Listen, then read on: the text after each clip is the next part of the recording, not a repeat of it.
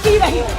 अगर हिम्मत हो राहुल गांधी में तो आकर भारत के ऊपर इस प्रकार का कटाक्ष करने वाले डीएमके के अपने साथी का खंडन करके बताएं। कांग्रेस पार्टी के एक नेता ने कश्मीर में रेफरेंडम की बात की।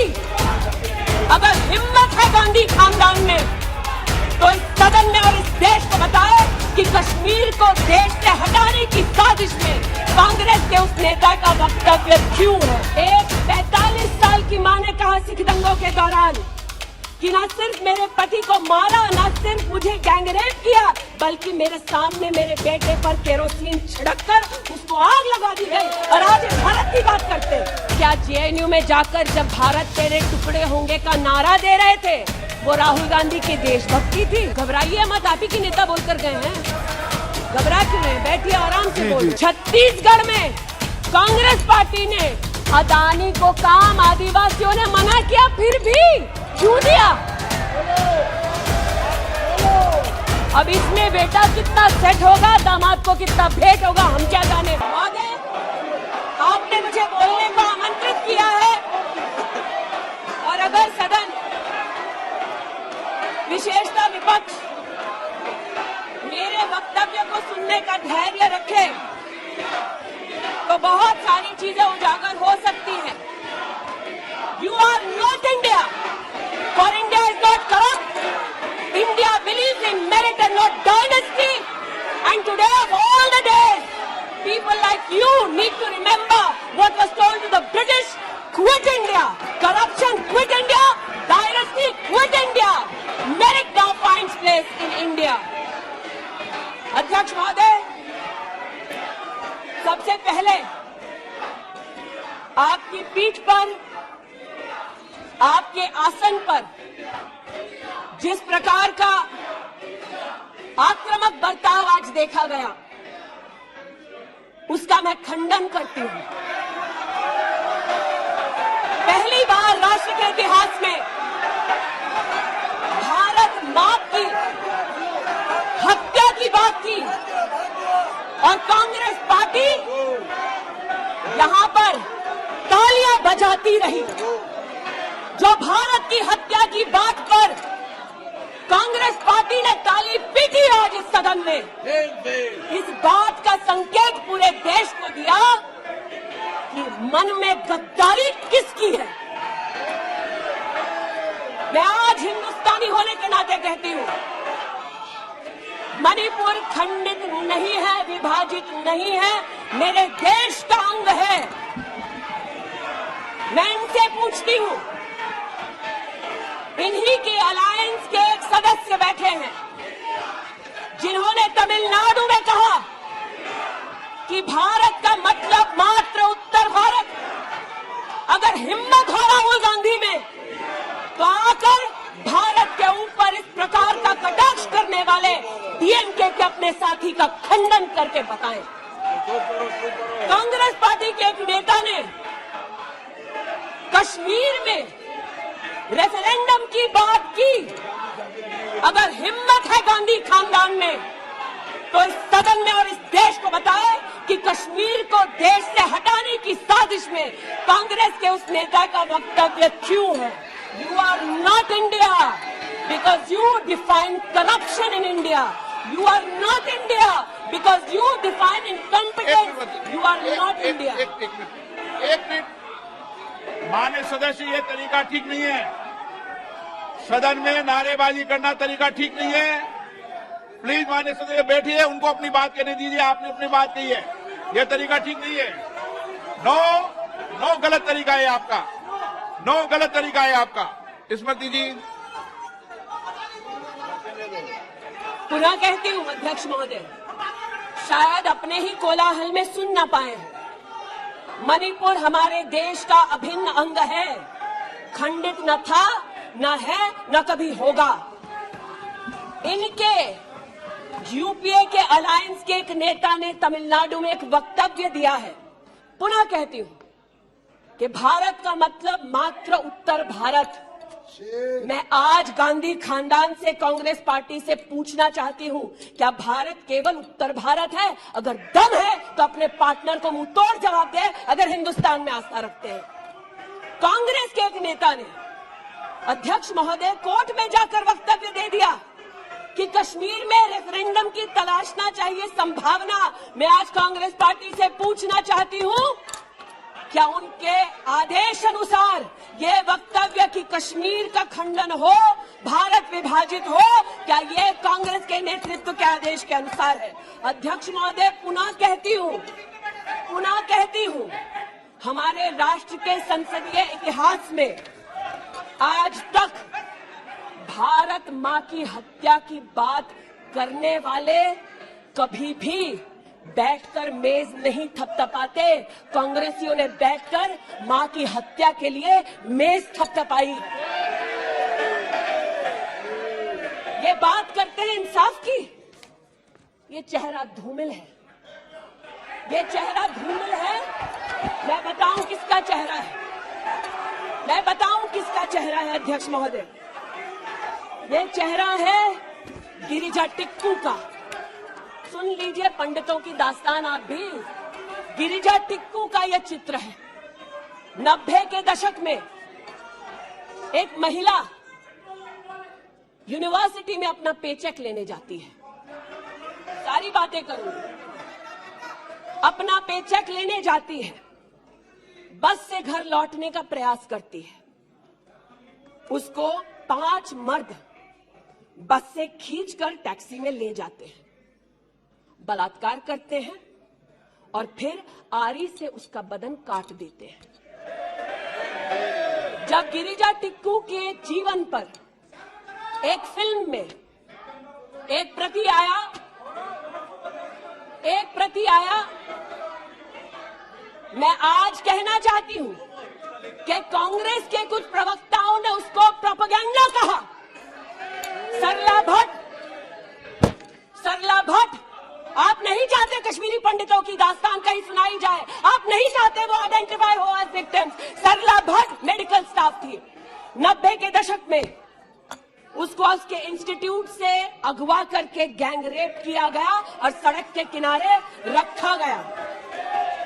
आज मैं पूछना चाहती हूं कि एक तरफ इनकी अलायंस के लोग हिंदुस्तान को विभाजित करने की बात करते हैं, ये आज अपने आप को इंसाफ के पुजारी बताते हैं, लेकिन मुझे बताइए गिरिजा टिक्कू, सरला भट्ट को कब इंसाफ मिलेगा? हर गली हर मोहल्ले में एक स्लोगन गूंजता था पंडितों के बीच, रलियू सलियू गली। पुनः कहती हूं, रलियू सलियू गलियू। आप चिल्लाना बंद करें, समझे पहले। रलियू सलियू गलियू। या तो अपना धर्म बदलो, या कश्मीर छोड़ो, या यहीं मरो। उनकी आवाज भारत की आवाज नहीं है। उनकी आवाज को आपने कभी नहीं सुना।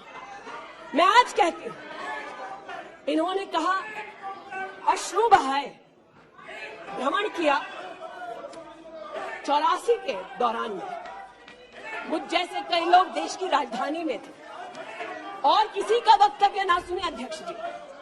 एक पत्रकार है प्रणय गुप्ता, उन्होंने लिखा कि सिख बच्चों को कैस्ट्रेट करके उनके अंगों को उनकी मां के मुंह में ठूसा गया। आज बोलती हूं, त्रिलोकपुरी में 30 औरतों को इकट्ठा करके चीला गांव में ले जाकर उनका बलात्कार किया। सुल्तानपुरी में एक महिला ने एफिडेविट दी है, मेरे हस्बैंड को मार दिया, बेटी को शादी से एक रात पहले उठाकर ले गए और उसका बलात्कार किया।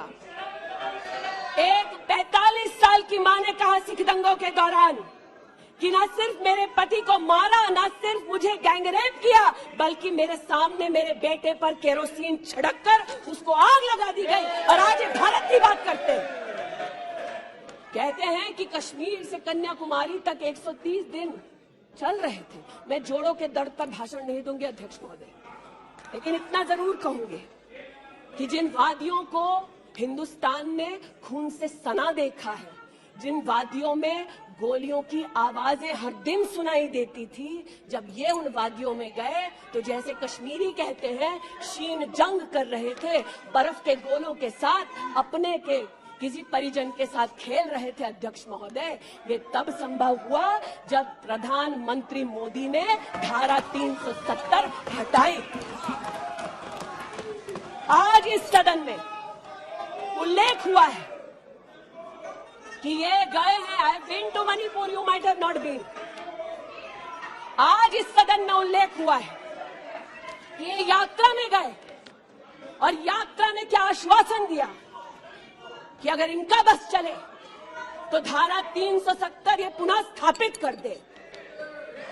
धारा 370 की वजह से कश्मीर की बेटियों को दहेज के लिए अगर प्रताड़ित किया जाता था तो वहां की बेटियों के पास कानून का सहारा नहीं था, क्योंकि इन्होंने धारा 370 लगाई। कश्मीर में अगर बेटियां प्रदेश के बाहर ब्याही जाती थी तो उनके पैतृक संपत्ति पर उनका अधिकार समाप्त हो जाता था, क्योंकि इन्होंने धारा 370 लगाई।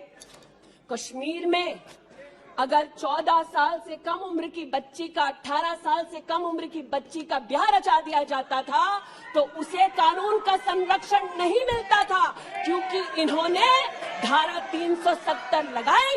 आज जो भग गए हैं सदन से, उनसे कहना चाहती हूं कि इस देश में ना धारा 370 लौटेगी, इस देश में कभी भी पंडितों को रलियू सलियू गलियू का धमकी ओए देने वाले बचेगा नहीं। आज कई यहां पर बहनें उपस्थित हैं जो वहां से अपनी आक्रोश को और राहुल जी के प्रति समर्थन को व्यक्त कर रही हैं। 84 के दंगों का विवरण सुनकर, गिरिजा टिक्कू का विवरण सुनकर, और मैंने स्वयं अध्यक्ष जी मणिपुर के मुख्यमंत्री से बात कर त्वरित रूप से वहां पर लोग पकड़े जाएं, ना सिर्फ इसका वहां पर निवेदन किया बल्कि वो लोग पकड़े गए। सीबीआई की इंक्वायरी जारी है। लेकिन जो आज यहां बैठे हैं, मैं उनसे पूछना चाहती हूं जो चले गए। उन्होंने कहा वो राजस्थान गए, और राजस्थान में क्या हुआ महोदय? गिरिजा टिक्कू को तो 90 के दशक में आरी से काट दिया गया था। भीलवाड़ा में 14 साल की लड़की के साथ सामूहिक बलात्कार होता है। इस सदन से 2 महिला एमपी उस परिवार से मिलती हैं। बच्ची जब जिंदा थी गैंगरेप के बाद महोदय, उसे काटा जाता है, फिर उसे भट्टी में डाल दिया जाता है। ये इन महिला सांसदों का वक्तव्य है कि जिस बच्ची को 14 साल की उम्र में जब जीवित थी गैंगरेप के बाद भीलवाड़ा राजस्थान में काटा गया, जलाने के लिए फेंका गया, उसका मात्र एक हाथ भट्टी के बाहर छूट गया था। मैं आज पूछना चाहती हूं अध्यक्ष महोदय, ये आज जो जोर जोर से चिल्ला रहे हैं, न्याय की गुहार इन्होंने तब नहीं लगाई जब 60 साल की एक महिला का पश्चिम बंगाल में उसकी नाती के सामने गैंगरेप हुआ। कोर्ट में केस लंबित है। इनका दिल नहीं दहला और पूछ रहे थे कि मणिपुर के बारे में आप नॉर्थ ईस्ट के बारे में नहीं जानते। जिन्होंने प्रस्तावना की उनसे कहती हूँ, नल्ली का मैसेकर हुआ, 5 मिनट के लिए कांग्रेस की एक नेत्री गई, लेकिन इनका क्या रुख था तब। 2012 में तरुण गोगोई जी ने स्वयं वक्तव्य दिया है कि दंगे हो रहे हैं, लेकिन कांग्रेस की केंद्र की सरकार ना ट्रूप्स दे रही है, ना इंटेलिजेंस दे रही है। कोकराझार की बात करते हैं, ये मेरा वक्तव्य नहीं है, तब के कांग्रेस के मुख्यमंत्री तरुण गोगोई का वक्तव्य है। कोकराझार में हिंसा होती है, धुबड़ी में 3-3 महीने कर्फ्यू रहता है। आज महोदय जो लोकतंत्र की दुहाई दे चुके हैं, हम बार बार इस सदन में इस सदन में बार बार इमरजेंसी की गाथा को याद करते हैं। इस सदन में हम लोग बार बार उन नेताओं को, उन सामाजिक संस्थाओं को, उन मीडिया के बंधुओं को, उनकी प्रिंटिंग प्रेस कैसे जबरन बंद कर गई उसको, इस पर विस्तृत चर्चा होती है।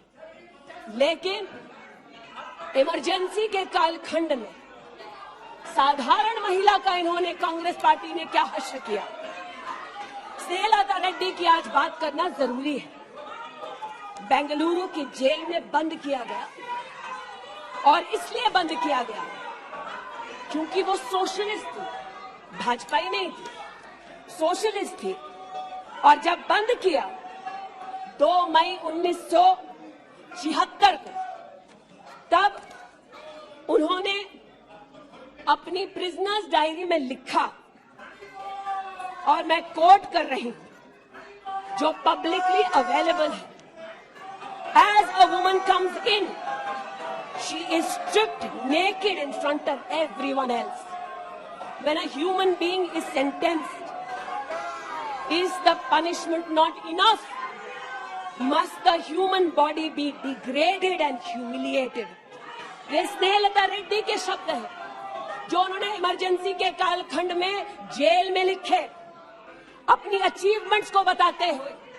जून 6, 1974 में स्नेहलता रेड्डी लिखती है that at least I have achieved something here.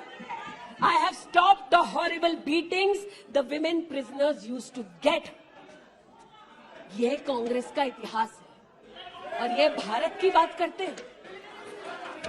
Asthma की पेशेंट थी ये महिला, जेपी जी को तो डायलिसिस ना करने दिया, अस्थमा की इस पेशेंट को दवा नहीं लेने दी। वो 2 बार एस्थमेटिक कोमा में गई और एस्थमेटिक कोमा में जाते जाते जब उनकी हालत बिगड़ी तो पैरोल पर उनको 15 जनवरी 77 में छोड़ा। चार्जशीट में इस औरत का नाम नहीं था और 5 दिन बाद उनका देहांत हो गया। इनका इतिहास खून से सना है और जिनकी हत्या हुई आज वो इनको कटघरे में नहीं ला सकते, इसलिए आज इस सदन में मैं उनका नाम ले रही हूं, उनके बारे में बोल रही हूं। चाहते हैं कि मणिपुर पे चर्चा हो। मणिपुर पे चर्चा करने के लिए बार बार पार्लियामेंट्री अफेयर्स मंत्री ने गुहार लगाई, बार बार देश के गृह मंत्री ने कहा, हमारे श्रद्धेय राजनाथ जी ने भी कहा कि आप मणिपुर पे सदन पर चर्चा कीजिए, हम चर्चा के लिए तैयार हैं, भागे ये हम नहीं, भागे ये और हम नहीं। और भागने के पीछे कारण क्या? क्योंकि गृह मंत्री जब बोलने लगेंगे, परतें जब खुलने लगेंगी, तब ये मौन साध लेंगे। मौन मुद्रा का उल्लेख हुआ था, मौन थे ये लोग कई चीजों पर और आज भी हैं। अध्यक्ष महोदय, मेरे हाथ में केपीएमजी की एक रिपोर्ट है जो इनके कार्यकाल से संबंधित है, जो कहता है कि करप्शन की वजह से यूपीए की कार्यकाल में हमारे देश की जीडीपी की ग्रोथ को 9% का नेगेटिव इंपैक्ट होगा। ये अंतर्राष्ट्रीय एजेंसीज बोल रही थी, लेकिन ये चुप थे, आज भी चुप है। जो लोग जीरो लॉस थियरी सिखाते थे, आज उसी कांग्रेस के एक नेता को कोयला घोटाले के लिए सजा हुई है और वो चुप है। लेकिन चुप और बहुत सारी चीजों में रहे महोदय। 2005-6 में यूपीए की सरकार को यह ज्ञात हो गया था कि खुले में शौच करने की वजह से महिलाओं का बलात्कार हो रहा है। 2005-6 में इनको पता था, ये सरकारी सर्वे में ज्ञात हुआ है, लेकिन ये चुप थे। 2010 में वर्ल्ड बैंक की रिपोर्ट ने कहा, इनकी तब सरकार थी, कि स्वच्छता न होने की वजह से देश की जीडीपी पर 6.4 का नेगेटिव इंपैक्ट है। ये चुप रहे। महिला का बलात्कार खुले में शौच में हो रहा था, इनको पता था, ये चुप रहे। 2014 तक देश में केवल 39% आबादी को इन्होंने टॉयलेट की व्यवस्था सुनिश्चित करके दी। 2019 तक 100% कवरेज हुआ। 110 मिलियन टॉयलेट। ये हंसते हैं इस पे अध्यक्ष जी। शायद इनको पता नहीं है कि एक महिला के लिए दिन की शुरुआत में शौच के लिए बाहर जाना या सूर्यास्त का इंतजार करना, शौच के लिए बाहर जाना और वहां उसका शारीरिक शोषण होना, बलात्कार होना, ये कितनी बड़ी सामाजिक और क्रिमिनल चुनौती है, इस बात से इनको कोई सरोकार नहीं, इसलिए उपहास का विषय बनाते हैं। आज मुझे ये कहते हुए शर्मिंदगी है कि मैं यहां पर कह रही हूं कि खुले में शौच करने वक्त औरत का बलात्कार होता है, ये उपहास उड़ा रहे हैं और महिला उपहास उड़ा रही है। शायद यही लक्षण है कांग्रेस मिथ अलायंस के कि औरत का बलात्कार हो तो ये हंसे, भारत मां की हत्या की बात हो तो ये यहां पर तालियां पीटे, ये कांग्रेस का लक्षण है। इनकी प्रस्तावना के वक्त ये कहा गया कि हम बात करेंगे मात्र एक व्यक्ति से, हम किसी मंत्री से बात नहीं करेंगे क्योंकि मंत्रियों की कार्यशैली पर इनको चर्चा नहीं करनी। और शायद सच भी है, इनका अपना अनुभव है कि इनके यहां पावर का केंद्र बिंदु एक था। यहां पर फर्क यह है कि हम सब कलेक्टिव रिस्पॉन्सिबिलिटी के भागीदार हैं। इसलिए आज जब गजेंद्र शेखावत जी के मंत्रालय की ओर से टॉयलेट की व्यवस्था होती है तो मैं एक महिला सांसद और नागरिक के नाते इनका भी उतना ही अभिनंदन करती हूं जितना कि प्रधानमंत्री जी का।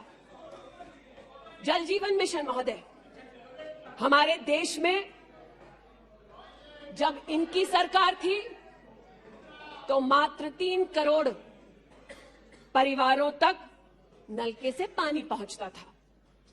अब 2019 का आंकड़ा कहता है कि आपने तब तक 9.5 करोड़ तक पानी पहुंचाया और अब लगभग 19 करोड़ 40 लाख और 12 करोड़ 40 लाख तक आपका पानी नलके से पहुंच चुका है।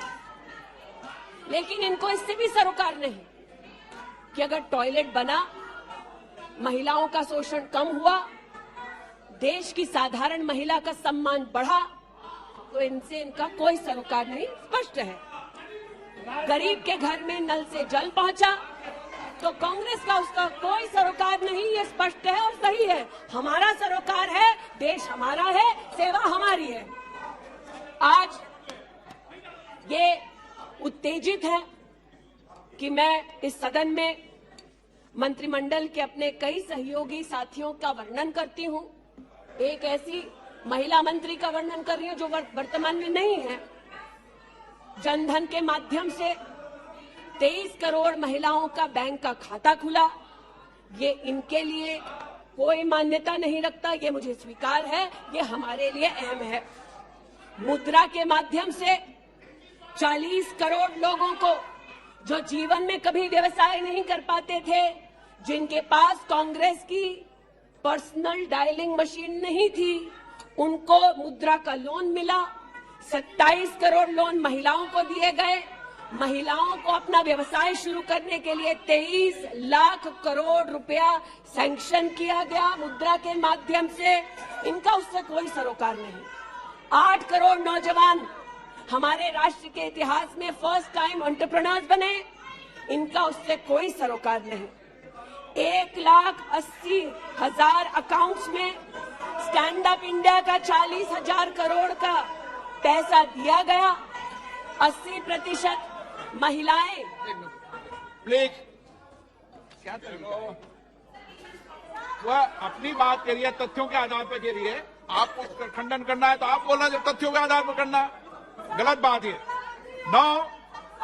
नो गलत। माननीय मंत्री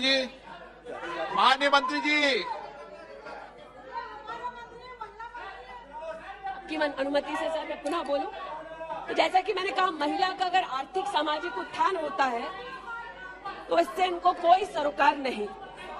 सेल्फ हेल्प ग्रुप की बात करते हैं, जब इनकी सरकार थी तब मात्र 19 लाख सेल्फ हेल्प ग्रुप्स को इन्होंने 80,000 करोड़ का लोन दिया। हमने 9 करोड़ महिलाओं को 5 लाख करोड़ की आर्थिक व्यवस्था करके दी देश के सेल्फ हेल्प ग्रुप में। यह हमारा अभिमान है। जो आज महिला के बारे में चर्चा कर रहे हैं, जब इन्होंने महिला संबंधित बजट की व्यवस्था की तब इनके कार्यकाल से 130% ज्यादा बजट हमारे प्रधानमंत्री जी ने देश की महिलाओं को समर्पित किया। ये हमारा अभिमान है। आयुष्मान भारत के अंतर्गत 10 करोड़ परिवारों में महिलाओं को आयुष्मान भारत का कार्ड मिला। आज तक 2 करोड़ 60 लाख महिलाओं ने हॉस्पिटल वेलनेस सेंटर में सुविधाएं ली। ब्रेस्ट कैंसर में 12 करोड़, सर्विकल कैंसर में 8 करोड़ महिलाओं ने स्क्रीनिंग कराई। इनका उससे कोई सरोकार नहीं, बल्कि इनका उनसे सरोकार है दिल्ली में, जिन्होंने आयुष्मान भारत योजना दिल्ली में लागू ही नहीं की। इनका उनसे सरोकार है। देश में मोदी सरकार में 3 करोड़ 84 लाख घर बने, जिनमें से 2 करोड़ 86 लाख महिलाओं को मिले। इनका उनसे कोई सरोकार नहीं, क्योंकि गरीब महिला लखपति दीदी बन गई, वो हमारा अभिमान है, इनका नहीं। हमारे देश में 8 करोड़ 50 लाख बेटियों ने समग्र शिक्षा के माध्यम से स्कूल में सेवा ली, मुफ्त टेक्स्ट बुक की सेवा ली। बेटियां का ये उपलब्धि हमारा अभिमान है, इनका नहीं। 5 लाख से ज्यादा बेटियों के लिए स्कूलों में अलग से टॉयलेट की व्यवस्था हुई। ये इनका अभिमान नहीं, हमारा अभिमान है। हमें अपनी बेटियों पे गर्व है। 5 लाख दिव्यांग बेटियों को मंथली स्टाइपेंड मिलता है। ये सेवा हम देश की बेटियों को दे सकते हैं। ये हमारे लिए बहुत बड़ा प्रभु का उपकार है। 1,28,000 बेटियों को मेरिटोरियस स्कॉलरशिप दी जाती है, 12,000 रुपए की हर साल। ये सेवा का मौका परिवारों ने हमको दिया। 2 लाख से ज्यादा बेटियों को सेल्फ डिफेंस की ट्रेनिंग दी जा रही है। आज एलिमेंट्री एजुकेशन में बेटियों की एनरोलमेंट 100% है इस देश में। ये हमारे देश के लिए गौरव की बात है। आज पहली बार फीमेल एनरोलमेंट उच्च शिक्षा में महोदय 2 करोड़ से ज्यादा हुआ है महिलाओं का। ये देश के लिए गौरव की बात है। आज दलित बेटियों का एनरोलमेंट बढ़ा है 38%। दलित बेटियों का उल्लेख करती हूँ, ये चिल्लाते हैं इनको दलित बेटियों से सरोकार नहीं, हमको है। ये हमारे लिए गर्व की बात है। आदिवासी बच्चे, लड़कियां 63% उनका एनरोलमेंट बढ़ा महोदय। आदिवासी बच्चों के साथ इनका कोई सरोकार नहीं। आदिवासी बेटियों ने हमारे प्रधानमंत्री को सेवा का मौका दिया। ये हमारे लिए प्रभु की असीम कृपा है। नॉर्थ ईस्ट की बात करते हैं तो महिला ने नॉर्थ ईस्ट में 34% की इंक्रीज हुई है एनरोलमेंट में। नॉर्थ ईस्ट के मेरे सभी साथियों को, चाहे वो सदन में कहीं भी बैठे हों, महिलाओं की दृष्टि से मैं अभिनंदन देती हूँ। आज हमारे देश में महिला जो पीएचडी करती है 99.2% की वृद्धि हुई है एनरोलमेंट में पीएचडी करने वाली महिलाओं में। ये हमारे लिए हिंदुस्तानी होने के नाते गौरव की बात है। आज जो महिला शैक्षिक संस्थानों में सेवा दे रही, यूनिवर्सिटीज में, इंस्टीट्यूशंस में, कॉलेजेस में 66%, 66% उनकी वृद्धि हुई है। आप हो करते जाएं, हम तो उनके लिए बल्ले बल्ले ही करेंगे। आज मुझे कहते हुए खुशी है कि हमारे लेबर मिनिस्ट्री ने कहा है कि ईपीएफ में 28,70,000 महिलाओं ने अब अपने आप को सब्सक्राइबर बनाया है। आज 2017 से लेकर 22 तक लगभग 1400 महिला साइंटिस्ट को भारत सरकार की विविध स्कीम्स के अंतर्गत सहयोग मिला है। आज महिलाओं को मैटरनिटी लीव में 26 हफ्ते की पेड मैटरनिटी लीव मोदी सरकार ने सुनिश्चित की है। आज महिलाओं ने 3 करोड़ बेटियों ने, महिलाओं ने प्रधानमंत्री मातृवंदना योजना के अंतर्गत 13,700 करोड़ रुपया अपने बैंक के खाते में पाया है। इस सेवा के लिए प्रधानमंत्री जी को आभार और बेटियों का अभिनंदन। आज हमारे देश की बेटियां सैनिक स्कूल में पढ़ सकती हैं। इस ऐतिहासिक निर्णय के लिए रक्षा मंत्री जी, प्रधानमंत्री जी को आभार। आज हमारी देश की बेटियां आर्म्ड फोर्सेस में परमानेंट कमीशन पा चुकी हैं। हमारे देश का गौरव बढ़ाने के लिए ऐसी बेटियों का आभार। आज जो महिला और महिला हक के लिए यहाँ बोल रहे हैं, आप विषय पे बोल रही हैं और अविश्वास प्रस्ताव पे सब विषय पे बोल सकते हैं। ये तरीका अच्छा है क्या? बोलिए माननीय। वो भी शायद मजबूर हैं, उनको भी रिमोट से डायरेक्शन आया है। इतना ही कहना चाहती हूँ कि आज एक तरफ हमारी बेटियों ने सैनिक स्कूल में, आर्म्ड फोर्सेस में अपने प्रतिभा के आधार पर देश का गौरव बढ़ाया है। दूसरी ओर बिना किसी पुरुष सहयोगी के हिंदुस्तान के इतिहास में पहली बार 4,313 मुस्लिम बहनें अकेली हज के लिए गईं और सुरक्षित हिंदुस्तान लौटी।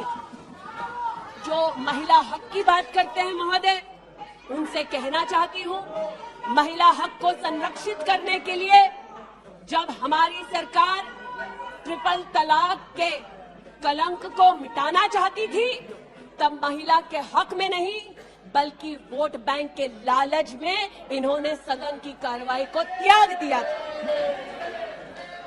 आज जब ये महिला सुरक्षा की बात करते हैं महोदय, तो ये कहना उचित होगा कि एक तरफ निर्भया फंड की रचना की घोषणा करते हैं 13 में, एक काम निर्भया फंड में नहीं करते, लेकिन जो निर्भया के बलात्कारी हैं उनको कांग्रेस नीत अलायंस के लोग बलात्कारी के हाथ में 10,000 रुपए और एक सिलाई की मशीन देते हैं।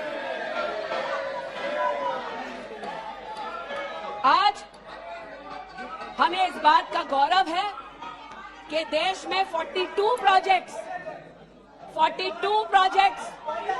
5,000 करोड़ की लगभग लागत से भारत सरकार के सौजन्य से बन रहे हैं। जो महिला सुरक्षा के लिए ये न कर पाए, वो आज प्रधानमंत्री मोदी कर रहे हैं। आज integrated emergency response management system के अंतर्गत देश के 983 रेलवे स्टेशन पर महिला पैसेंजर्स के लिए 24 घंटे सुरक्षा का प्रावधान किया गया। आज कोंकण में वीडियो सर्वेलेंस सिस्टम की विशेष व्यवस्था महिला संरक्षण और महिला सुरक्षा के लिए की गई।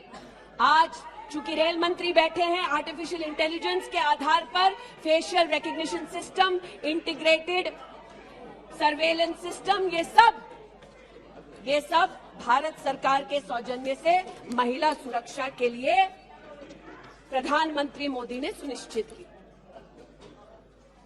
एक बात पर मैं आपत्ति अभी दर्ज करती हूं अध्यक्ष जी,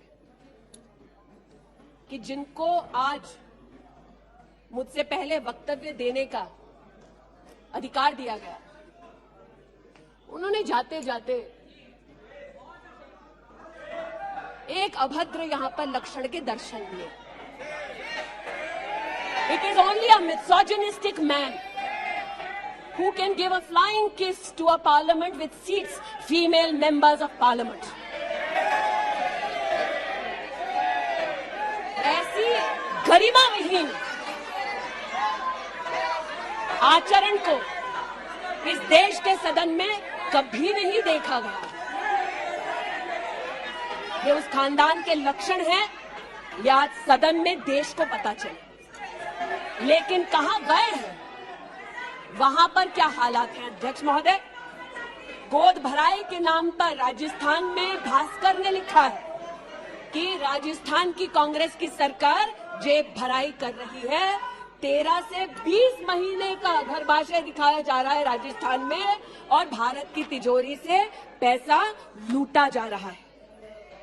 इनका सरोकार महिला उत्थान से नहीं, ये महिला के बारे में क्या सोचते हैं, इनकी क्या हरकतें हैं, इनके नेता ने जाते जाते यहां पर उसको प्रसारित कर दिया है। लेकिन इन्हें सरोकार इनके नेता को किससे है? चीन से है। तो चूंकि सब चीन में इतनी रुचि लेते हैं कांग्रेस पार्टी के नेता, इसलिए आज एक सुखद समाचार भी सुनाती हूं। चीन में 31st यूनिवर्सिटी गेम्स हुआ। 1959 से लेकर आज तक भारत को मात्र 18 पदक मिले। इस बार 26 मेडल का रिकॉर्ड हिंदुस्तान के बच्चों ने स्थापित किया। भारत मां के टुकड़े के लिए तालियां बजाते थे, भारत मां के बच्चों के लिए तो बजा दो। 11 गोल्ड, 5 सिल्वर, 10 ब्रॉन्ज। आज देश के यूनिवर्सिटी के छात्र देखें कि 31st यूनिवर्सिटी गेम में भारत का नाम रोशन करने वाले छात्रों के लिए मैं गुहार लगा रही हूं कि कांग्रेस पार्टी यहां अभिनंदन कर दे, लेकिन वो अभिनंदन से भारत के बच्चों को वंचित रखते हैं। बात अभिनंदन की निकली तो एक वो भी थे जिन्होंने आसमान चीरा और दुश्मन को मुंह तोड़ जवाब दिया। आज जो व्यक्ति यहां पर भारत की आवाज का उल्लेख कर रहे थे, उन्होंने भारत की आवाज में आवाज मिलाकर तब नहीं बोला जब आतंकी हमला करते हैं। उन्होंने भारत के आवाज से अपनी आवाज को भिन्न करते हुए इस सदन में भारत के रक्षा बलों से प्रमाण मांगा इस सदन में। लेकिन प्रमाण क्यों मांगा? क्योंकि कुछ लोगों ने कहा होगा। और प्रमाण मांगने का क्या सलीका है, ये मीडिया के मित्रों के माध्यम से आया है ध्यान में देश के। न्यूज क्लिक की आज बात करना थोड़ा मैं जरूरी समझती हूं। न्यूज क्लिक, नेवल सिंघम कुछ पत्रकारों को हिंदुस्तान में लिखते हैं कि किस प्रकार से हिंदुस्तान के खिलाफ न्यूज सर्कुलेट होनी चाहिए, कैसे चाइना के समर्थन में अलग अलग आर्टिकल लिखने चाहिए और इसे एक बार छपवा दो तो ट्राई कॉन्टिनेंटल पब्लिकेशन इसको इकट्ठा करके फिर काम आगे बढ़ाएगा। मेरे एक पार्लियामेंट्री सहयोगी निशिकांत जी ने इस पर जब विषय उठाया तो मैं स्तब्ध हूं कि कांग्रेस पार्टी ने डिमांड नहीं की कि अगर कोई बाहरी ताकत का पैसा लेकर हिंदुस्तान में व्यवस्थाओं को भंग करना चाहता है, हिंदुस्तान को कलंकित करना चाहता है तो उस पर कार्रवाई करो। ऐसा कांग्रेस का पक्ष नहीं था। कांग्रेस ने पक्ष ये लिया कि जो निशिकांत दुबे के मुंह से शब्द निकले हैं उनको एक्सपंज कर दीजिए। लेकिन ये जो ट्राई कॉन्टिनेंटल पब्लिकेशन है महोदय, जिसके बारे में ना ईडी को माने, न्यूयॉर्क टाइम्स को माने, वो ट्राई कॉन्टिनेंटल पब्लिकेशन के जो मुख्य रिसर्चर हैं उनके वक्तव्य को कांग्रेस पार्टी अपने ऑफिशियल फेसबुक पर क्यों डालती है, ये मैं पूछना चाहती हूं।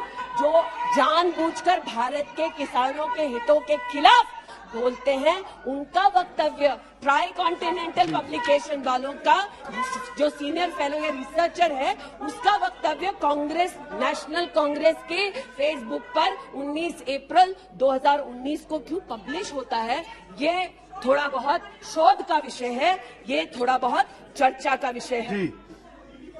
आज मैं ये कहना चाहती हूं कि जब प्रस्तावना हुई,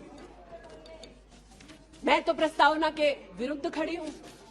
मैं नरेंद्र मोदी जी के नेतृत्व पर राष्ट्र के सभी नागरिकों के साथ पुनः विश्वास दर्शाते हुए अपना वक्तव्य देती हूं। लेकिन राहुल जी ने किस पर विश्वास जताया? राहुल जी ने विश्वास जताया मुस्लिम लीग पर। कहा सेक्युलर पार्टी है।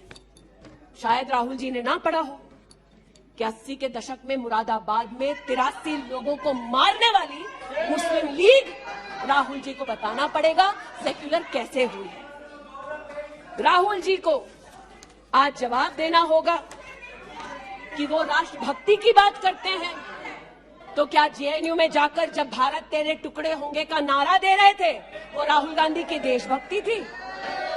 राहुल गांधी को आज जवाब देना होगा, है तो नहीं? उनको आज जवाब देना होगा। जिस अफजल गुरु ने इस संसद पर हमला किया, उस अफजल गुरु के संरक्षक समर्थक को कांग्रेस पार्टी ने अपने पार्टी का नेता बना दिया, जिसने कहा ये राहुल गांधी की देशभक्ति है। राहुल गांधी की देशभक्ति आज बताती हूं। इन्होंने, घबराइए मत, आप ही के नेता बोलकर गए हैं, घबरा क्यों नहीं, बैठिए आराम से बोल रही हूं। संक्षेप कीजिए। मैं पुनः बोलना चाहती हूँ अध्यक्ष महोदय, बहुत सारे व्यवधान आए, अब राहुल जी की बात चलिए तो कृपा थोड़ी सी कर दीजिए। दोबारा कहती हूँ, क्या बोले हैं और क्या बाहर बोले हैं। देश के बाहर गए तो कहा आइडियाज ऑफ इंडिया कॉन्क्लेव में that there is going to be a Mars upsurge. India has massive amount of polarization. ये राहुल गांधी के शब्द हैं। इसका मतलब राहुल गांधी ने विदेश में जाकर कहा हिंदुस्तानी सौहार्द की भूमिका में नहीं रहते। राहुल गांधी ने कहा कि हिंदुस्तानी भाईचारे में इतना विश्वास नहीं करते because there is a massive amount of polarization.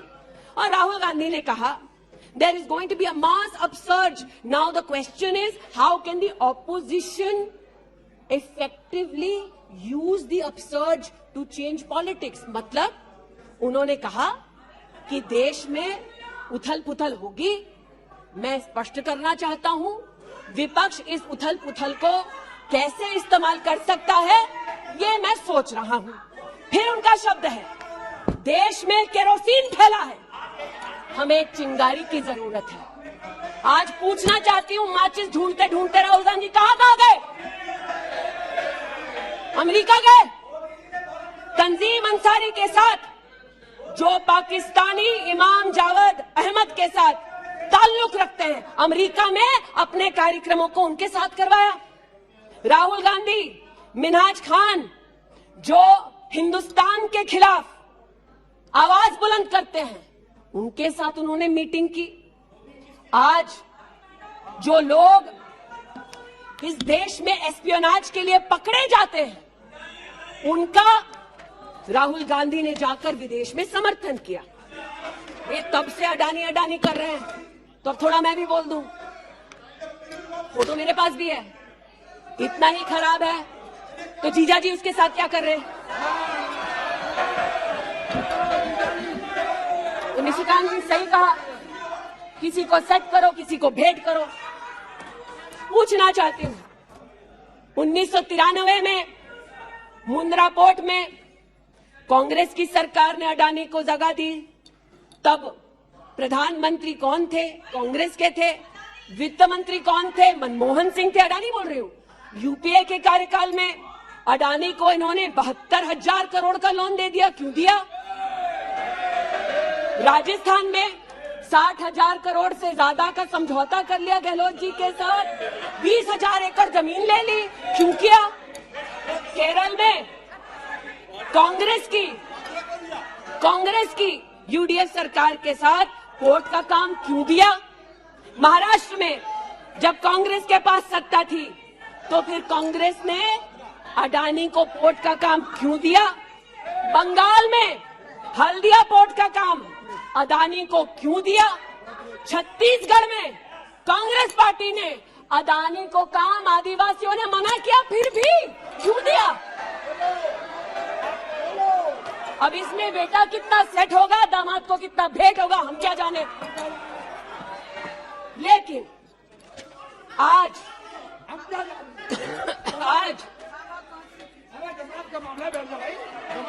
दामाद आपका नहीं है, जिनका है वो नहीं चिल्ला रहे, आप क्यों चिल्ला रहे? बैठ जाइए भाई, जिसका है दामाद वो नहीं चिल्ला रहे, आप क्यों चिल्ला रहे? बैठिए। अरे बैठ जाइए, बैठ जाइए, बैठ जाइए, बैठ जाइए, बैठ जाइए। कोयले घोटाले में पकड़े गए, 2G में भी पकड़े जाएंगे, बैठ जाइए। प्लीज आप बताइए, इस पूरी बला की जड़ महोदय, पूरी बला की जड़ परिवारवाद में। और परिवारवाद की राजनीति की जड़ कांग्रेस पार्टी में है। इनके अलायंस के लोग चारा खाते हैं, ये उनके घर मटन खाने चले जाते हैं। इनके अलायंस के लोग रेल की नौकरी के लिए गरीब की जमीन खाते हैं, जाके वो उन्हीं लोगों को गले लगाते हैं। और इनके सब के पीछे एक ही मजबूरी है, जो बड़ी विनम्रता से अभी डाली भी स्वीकारी कि मजबूरी हमारी कि तीसरी बार जनता कह रही है फिर एक बार मोदी की बारी। Okay, now please conclude. तो मैं लिसन प्लीज। ये आज यहाँ पर उल्लेख कर रहे थे किसान की, आप भी बैठिए, आप किस लिए खड़े? ये बात आज कर रहे थे किसान की, तो किसान का क्या हश्र करते हैं वो मैं बताना चाहती हूँ अध्यक्ष महोदय। थोड़ी सी मुझे मोहलत दे दें। ये मैं कहना चाहती हूँ उस क्षेत्र की बात जिसकी मैं प्रतिनिधि हूँ, जहाँ पर बैठिए प्लीज, बैठिए दलित प्लीज। मांग कर रहे थे विद्यालय की। 1982 में किसानों ने 4 बीघा 2 बिस्वा जमीन इंटर कॉलेज के लिए दी और अमेठी में धोखे से किसानों की ये जमीन हड़पने वाले फाउंडेशन का नाम गांधी खानदान है। 2016 में राहुल जी दौरे में गए तिलोई, वहाँ पर लोगों ने कहा 200 छात्रों ने कि जमीन वापस दे दो, हमारे लिए कॉलेज की व्यवस्था करो। इन्होंने अपने अलायंस पार्टनर के साथ उन छात्रों को जेल भगा दिया। 17 में जेल भगाया। सेठा गौरीगंज में प्रमाण है, आ जाओ गौरीगंज, दूध का दूध पानी का पानी यही कर दूंगी। गौरीगंज सेठा रोड पर जमीन हब्जा ली। भूसियावा मार्ग पर नरसिंह भंगपुर पर मुंशीगंज में जमीन हत्या ली। ये उनका संस्कार है। जमीन कौन कौन हड़पता है ये कांग्रेस की गाथा स्पष्ट है। जहां ये है वहां पर आज मैं अभिनंदन देती हूँ रेल मंत्री का कि रेल कोच फैक्ट्री रायबरेली में भी 10,000 कोचेस तब बनी जब नरेंद्र मोदी देश के प्रधानमंत्री बने। पीड़ा हो रही है जी। मैं बस इतना बताना चाहती हूँ कि आज जो किसानों का दम भरते हैं, बालियान साहब शायद यहाँ नहीं है, मैं अमेठी के किसानों की ओर से विशेष बालियान साहब आपको नतमस्तक होकर आभार व्यक्त करती हूँ। राष्ट्र के इतिहास में पहली बार अमेठी में खाद की रैक उतरी जब मोदी आए। इन्होंने न खाद दी, गौरीगंज में किसानों पर लाठीचार्ज करते थे, राजनाथ जी इसके साक्षी हैं। इन्होंने 80% लोगों के पास अमेठी में जहां 5 दशक इन्होंने राज किया, 80% लोगों को शौचालय नहीं दिया, 60% लोगों के घर में बिजली नहीं दी। और ये आज लोकतंत्र की बात करते हैं, अपनी प्रतिभा की बात करते हैं। आज मैं आभार व्यक्त करती हूँ, अमेठी का पहला सैनिक स्कूल मोदी जी ने दिया, 7.5 लाख लोगों को मुफ्त अनाज मोदी जी दे रहे हैं। अमेठी का आज पहला मेडिकल कॉलेज जिसके नाम से इस खानदान ने जमीन हड़प ली थी वो नरेंद्र मोदी ने दिलवाई। आज मैं इतना कहना चाहती हूँ अध्यक्ष महोदय, जो अभी है नहीं, जो 50 साल की उम्र के बाद देश देखने निकले थे, वो देश के किस कोने में वर्तमान में है मैं नहीं जानती, लेकिन इतना एक मिनट। और देखिए आपने एक मंत्रिमंडल में अविश्वास प्रस्ताव लाया है। मंत्रिमंडल उस संबंध में बोलेगा, उनको बोलने का अधिकार है। प्लीज आप बैठ जाइए। मणिपुर पर चर्चा आपने नहीं मांगी है, वो एक विषय है, उस पर चर्चा हो रही है, उसका उत्तर भी आएगा, परंतु no please sit down. But what, sir, of the enemy who speaks slyly? What of that enemy? आज जिनके पास ना नीति थी, ना नियत थी, ना देश के प्रति निष्ठा थी, आज ना जो कभी हिंदू के हुए, जिन्होंने राम के अस्तित्व को नकार दिया, ना सिखों के साथ जिन्होंने इंसाफ किया, जो ना कभी महिलाओं के उत्थान के लिए समर्पित थे, ना नौजवान के सशक्तिकरण के लिए समर्पित थे, ना किसान के बलिदान को स्वीकार कर किसान की समृद्धि के लिए समर्पित थे। आज उनसे कहना चाहती हूँ कि जो समर्पित है, जो सबके विश्वास के साथ सबका विकास कर रहा है, उस पर देश को पुनः विश्वास दिखाएंगे। 24 में पुनः मोदी सरकार बनाएंगे। इस अविश्वास प्रस्ताव का मैं निषेध करती हूँ और भारत माँ का जयकारा लगाते हुए जो भारत माँ की हत्या की बात कर रहे थे महोदय, उनसे कहना चाहती हूँ, अंग्रेज आए चले गए, मुगलिया सल्तनत आई खत्म हो गई, हिंदुस्तान आज भी है और आगे भी रहेगा। और हिंदुस्तान इस देश की तिजोरी की चाबी वापस उनकी माताजी के हाथ में नहीं देगा।